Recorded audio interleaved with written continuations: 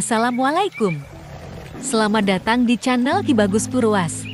Pada video kali ini, saya akan membahas tentang kisah singkat Sunan Gunung Jati, penyebar Islam Pulau Jawa bagian Barat.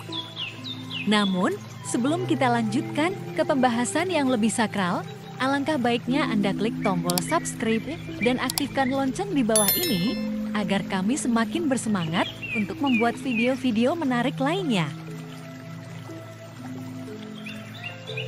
Sunan Gunung Jati merupakan satu dari tokoh besar dalam menyebarkan ajaran Islam di Jawa, khususnya pesisir utara Jawa. Sunan Gunung Jati diberkahi umur panjang dan bermanfaat, yakni sekitar 120 tahun, bernama asli Syekh Syarif Hidayatullah atau ada yang menyebutnya Syekh Kamil. Selain di Cirebon, beliau juga melakukan dakwah di Kerajaan Pajajaran, Galuh, hingga Banten. Syarif Hidayatullah lahir pada tahun 1448 Masehi dari pasangan ulama Abdullah Ondatuddin bin Ali Nurul Alam Nasab dari pihak ayah berurutan dari Abdullah bin Ali Nurul Alam bin Jamaluddin Al-Husain hingga sampai Rasulullah Shallallahu Alaihi Wasallam di Kairo, Mesir. Silsilah nasab itu berdasarkan Kitab Negara Kertabumi, sementara ibunya bernamanya Rara Santang 1448 Masehi adalah putri dari Raja Pajajaran, Sri Baduga Maharaja Prabu Siliwangi. Sang ibu kemudian memeluk Islam dengan gelar Syarifah Udain. Syarif Hidayatullah menjadi Raja Cirebon usai menggantikan kakak ibunya, Raden Walang Sungsang. Beliau tiba di Cirebon tahun 1470 Masehi pada usia 22 tahun dan dilantik menjadi Cirebon tahun 1479 Masehi dengan mendapat dukungan dari Kerajaan Demak.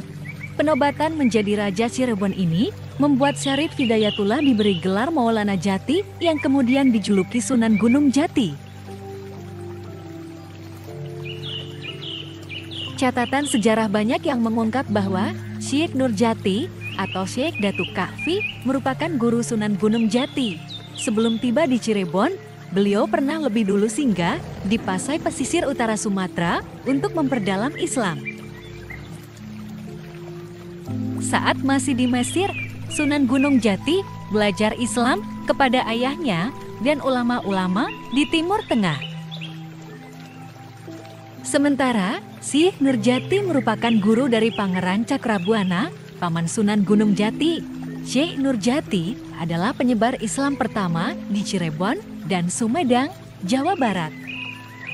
Sunan Gunung Jati menikah dengan Nyi Rara Jati, anak dari Syekh Nurjati, dan dikaruniai dua putra, yakni Pangeran Jaya Kelana dan Pangeran Brata Kelana.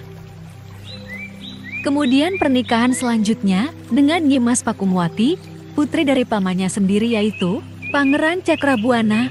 Pernikahan ini membuat kerajaan Cirebon menjadi berbasis Islam setelah Syarif Hidayatullah diangkat menjadi Raja Cirebon. Saat menjadi raja, beliau meletakkan asas-asas Islam. Pada masa itu pula, Sunan Gunung Jati diangkat menjadi Dewan Dakwah Wali Songo untuk menggantikan Sunan Ampel yang wafat. Pernikahan selanjutnya dengan Nyi Kamunganten, seorang adik dari penguasa lokal Banten, dengan memberikan sepasang putra-putri, yakni Ratu Wulung Ayu dan Maulana Hasanuddin. Ratu Wulung Ayu lalu mengikuti suaminya ke India, sedangkan Maulana Hasanuddin meneruskan dakwah Islam dengan mendirikan kerajaan Banten dan menjadi raja pertama. Sunan Gunung Jati juga diketahui pernah menikahi wanita Tionghoa bernama Tiniu dan berhasil mengajaknya memeluk Islam. Hal ini dipertegas dengan keberadaan keramik bercorak Tionghoa di makam Sunan Gunung Jati. Pernikahan tersebut berawal dari sebuah tantangan yang diberikan oleh Kaisar Cina yang berhasil dijawab oleh Sunan Gunung Jati. Awalnya Kaisar Cina menganggap jawaban itu salah dengan mengusir beliau.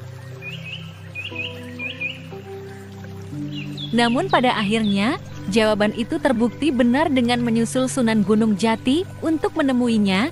Selain itu, beliau juga berhasil mengajak seluruh prajurit perang Kaisar Cina yang jumlahnya ribuan untuk memeluk Islam.